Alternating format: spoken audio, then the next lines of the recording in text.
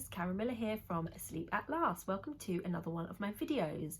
So today I'm talking about sleeping through the night. Now this is a subject that is important to probably all parents, and I think it's something that a lot of people are not kind of clued up on really. They're aware that they want their little ones to sleep through the night, but lots of people are not aware of how to make it happen or when it should happen or what that looks like.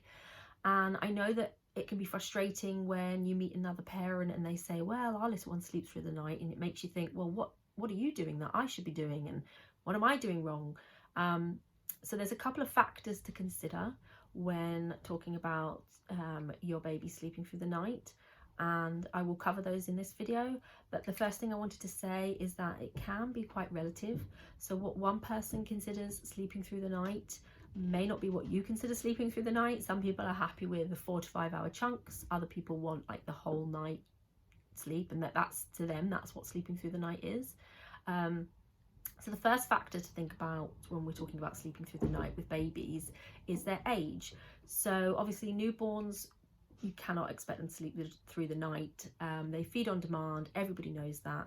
Everyone knows the first 3 months is a struggle. It's exhausting. It's relentless. You are feeding round the clock, especially, you know, when you've got a tiny baby, and the first couple of weeks especially, it can be quite frequent, the night feeds, before they sort of settle down a bit towards the end of the 3-month mark.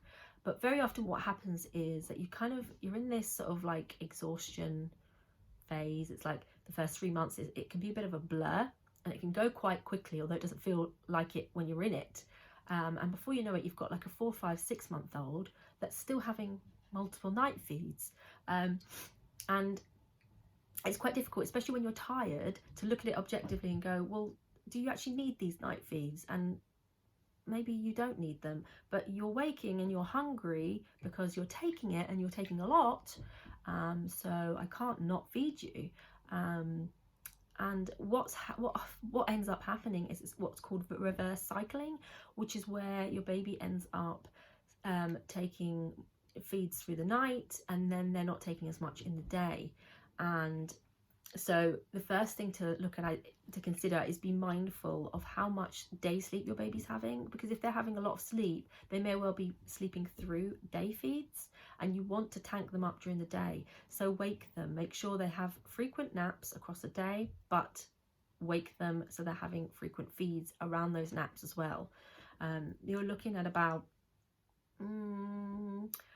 4, maybe 5 milk feeds in the day. So a baby that is 6 months old, of a good weight, is established on solids and having good milk feeds, you can expect them to be having no more than 2 night feeds really in the nighttime.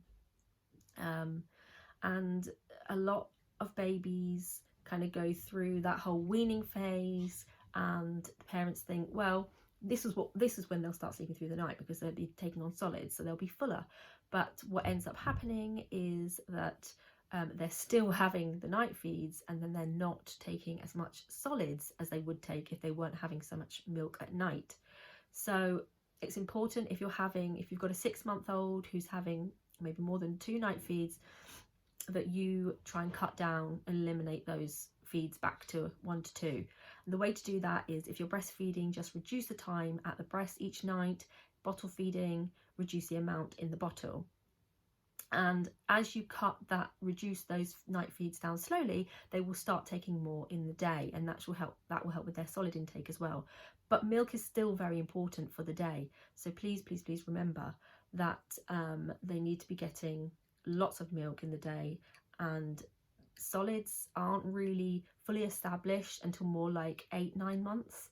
So start with the solids slowly, and focus and keep your focus on the milk as well.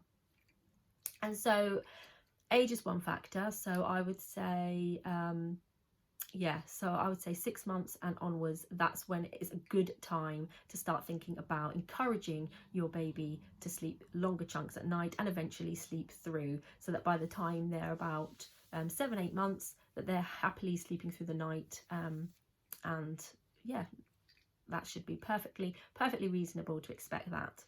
The other thing to think about though is self-settling. So if you have a baby that cannot self-settle and you're actually feeding them to sleep, and then you're using those feeds to get them back to sleep when they wake in the night, they've got an association to feeding there, which is where the excessive feeds can come in, but also associations with things like being held and rocking the dummy and that kind of thing can cause them to wake excessively and need that potentially every 2 hours through the night.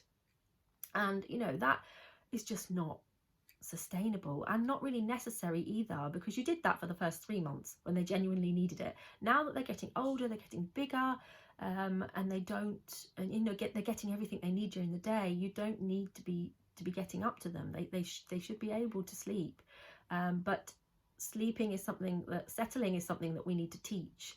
And to do that, you need to use a settling method, which is a whole another video. But you can use parental presence, or you can use timed intervals. It's totally up to you. There's various methods you can use, but what you're looking to do is kind of use something to wean them off all the associations that they have, or any associations that they have, so that when they are waking in the night, they which they may still do, and many babies do, they put themselves back to sleep and you don't need to do anything. So yes, teach self-settling is really, really important. Make sure you have a feed structure in the day. It doesn't have to be a strict regime or a strict routine, but just make sure you're weaving those feeds regularly around their naps. A big feed before bedtime, obviously, and start being mindful of how many night feeds they're having from about 6 months onwards, and think about any associations they may have, and start weaning them off all of that, and slowly but surely they'll start taking longer chunks and eventually sleep through the night. If you would like to join my Facebook group, please do. It's at Asleep at Last, and I have a free support and advice group as well if anyone wants to ask me any questions, and just general sleep chat and lots of sleep information on that page. I will pop the links all down below. Please like this video if you thought it was useful, and subscribe to my channel, and I will see you soon. Thank you for listening.